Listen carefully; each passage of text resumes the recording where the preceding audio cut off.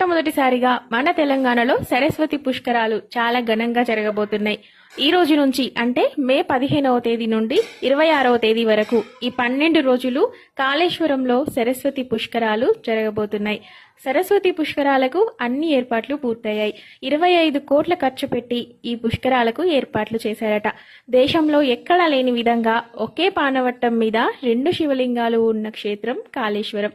అలాగే 2 శివలింగాలకు అభిషేకించే నీరు గోదావరి ప్రాణహిత. ఇక్కడ సరస్వతి నది అంతర్వాహినిగా ప్రవహిస్తుంది. ఈ 3 నదుల కలయికను త్రివేణి సంగమంగా పిలుస్తారు. 2013లో సరస్వతి పుష్కరాలు జరిగాయి. మళ్ళీ 12 సంవత్సరాల తరువాత తెలంగాణ వచ్చిన తర్వాత మొదటిసారిగా సరస్వతి పుష్కరాలు చాలా ఘనంగా జరగబోతున్నాయి. ఈ స్థలాన్ని దక్షిణ ప్రయాగ అని కూడా పిలుస్తారు. ఇక్కడ శివయ్యతో పాటు సరస్వతీ దేవిని కూడా ప్రత్యేకంగా కొలుస్తారు. పితృకార్యాల కోసం, పుణ్యస్నానాల కోసం భక్తులు కాళేశ్వరం వెళ్లి కాళేశ్వర ముక్తుని దర్శనం చేసుకుని పునీతులవుతారు.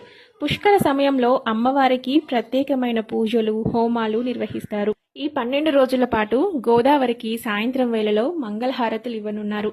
సరస్వతీ నదిలో స్నానం చేయడం వల్ల ఎన్నో జన్మల పాపాలు తొలగిపోతాయట. 12 సంవత్సరాలకు ఒకసారి వచ్చే ఈ పుష్కరాల్లో పాల్గొని సరస్వతీదేవితో పాటు ముక్తేశ్వరుణ్ణి కూడా దర్శనం చేసుకొని శరీర శుద్ధి, ఆత్మమోక్షం, మనశ్శాంతిని పొందండి.